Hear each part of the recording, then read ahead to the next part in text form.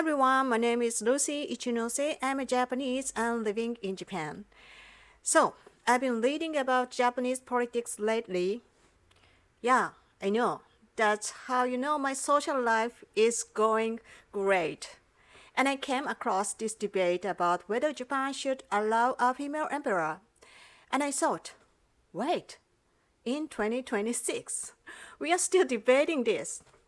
And the crazy part is they've actually been having this same debate for over 20 years and haven't made any real progress.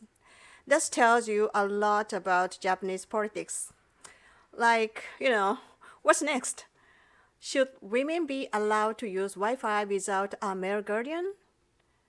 So, here's the argument some politicians are making. They say, no female emperor because the imperial line must follow the Y chromosome. The Y chromosome. First of all, that sounds less like a constitutional principle and more like a rejected Marvel villain. Without the Y chromosome, the continuity of the realm will be destroyed. Dr. Dom? And I thought, okay, hold on. You're telling me the legitimacy of a 2,600-year-old monarchy depends on concept discovered in what? The 19th century? Who exactly was sitting around 2,600 years ago going, listen, we don't have a little language for DNA yet, but someday scientists are going to discover this thing called a Y chromosome. So we should plan ahead. Like, was there some ancient Japanese biologist with a microscope made of bamboo and optimism? Oh yes, tiny squiggly things. We must protect the squiggly.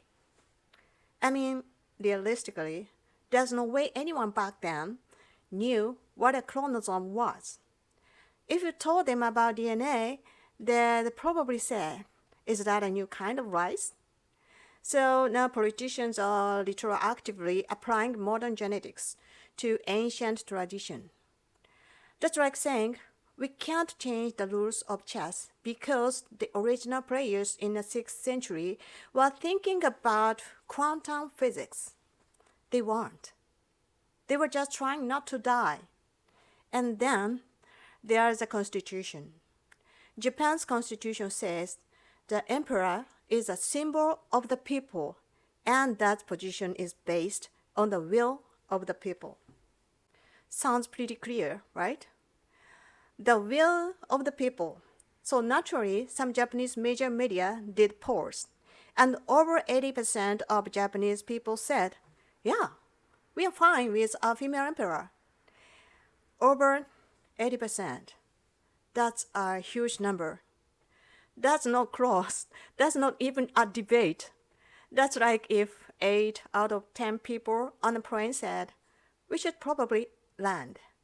And the pilot goes, sorry, this isn't a popularity contest. I'm sorry. How is that not a popularity question? What exactly do you think the will of the people means? A horoscope? A vibe? A secret handshake?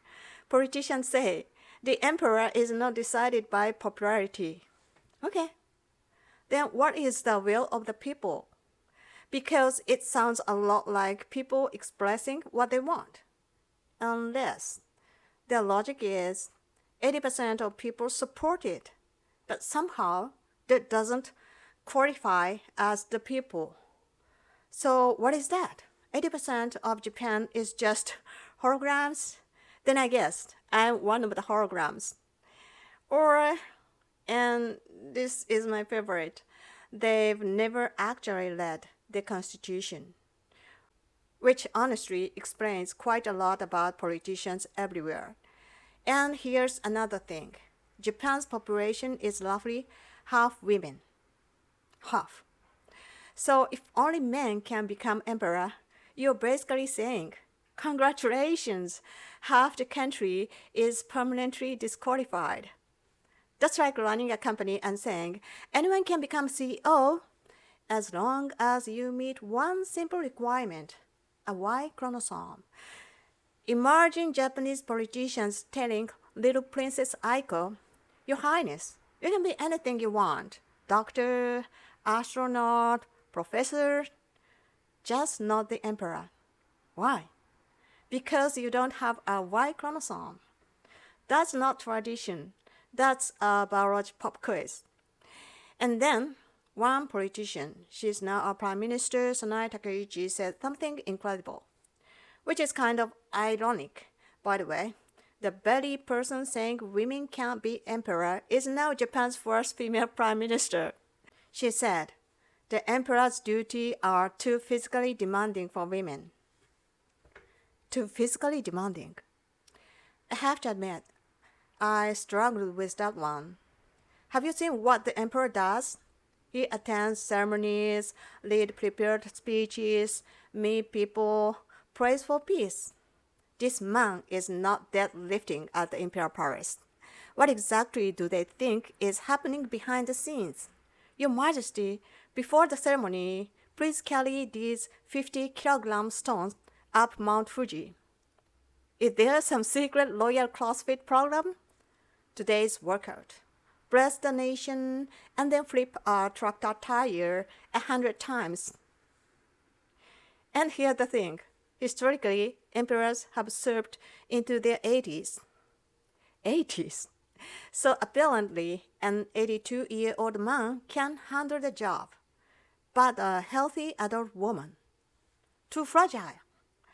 That's not logic. That's a Victorian-era ghost talking. Now, let's talk history. Japan has had female emperor before, 8 of them. So clearly, it's not impossible. But politicians say, yes, but those women had emperor fathers. Okay, and? That means they inherited imperial blood, right? So by that logic, if your father is emperor, you're in the line. Seems straightforward. But then they go, well, we can allow a woman to be emperor, but her children can't inherit. And at that point, it starts to feel like we are just making rules to avoid a specific outcome. That's like saying, you can play the game, but if you win, it doesn't count. They're worried that if a woman becomes emperor, people might start saying, well, then her child should also be next emperor. And at that point, the answer becomes, no, that's not acceptable, because that would be a female line. And this is where I found myself pausing a little. Because if the mother is the emperor, then her child is clearly part of the imperial line. And yet, we are told that from that point on, it somehow becomes a different dynasty. That's the part I struggle to understand. If it comes from the father, it's considered legitimate continuity.